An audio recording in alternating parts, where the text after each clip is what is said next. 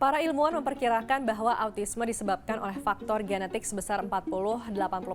Namun faktor lingkungan juga berperan dalam meningkatkan risiko autisme, terutama melalui mekanisme epigenetik, yaitu cara lingkungan memengaruhi kerja gen tanpa mengubah DNA itu sendiri. Beberapa faktor lingkungan yang diduga berkontribusi terhadap risiko autisme antara lain usia orang tua yang lebih tua, terutama ayah, komplikasi atau infeksi pada ibu saat hamil, serta paparan terhadap obat anti kejang selama kehamilan. Salah satu obat yang paling banyak diteliti dalam kaitannya dengan autisme adalah asam valproat yang sering digunakan untuk mengobati epilepsi. Asam valproat diduga dapat mengubah cara kerja gen dengan menghambat enzim yang bertugas mengatur aktivitas gen tertentu.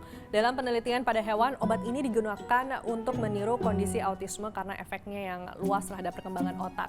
Beberapa dampak yang ditemukan akibat paparan asam valproat selama kehamilan antara lain kematian sel di area otak tertentu, gangguan perkembangan syaraf yang menyebabkan ukuran kepala lebih besar atau makrosefali, perubahan kadar serotonin yang berperan dalam suasana hati dan interaksi sosial, gangguan keseimbangan antara zat kimia di otak yang memengaruhi komunikasi antar sel syaraf. Dalam penelitian lebih lanjut ditemukan bahwa jenis tikus yang terpapar asam valproat itu mengalami pertumbuhan sel syaraf yang lebih cepat, tetapi pembentukan jalur syaraf menjadi terganggu.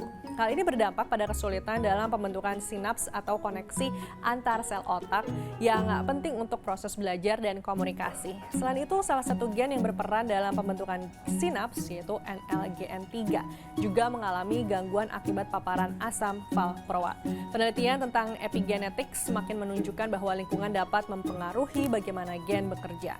Studi lebih lanjut diperlukan untuk memahami bagaimana epigenetik berperan sebagai penghubung antara faktor lingkungan dan risiko genetik. Jika para ilmuwan bisa menemukan cara untuk memanfaatkan efek epigenetik yang bersifat melindungi, ini bisa membuka peluang bagi terapi baru yang lebih efektif untuk membantu individu dengan autisme.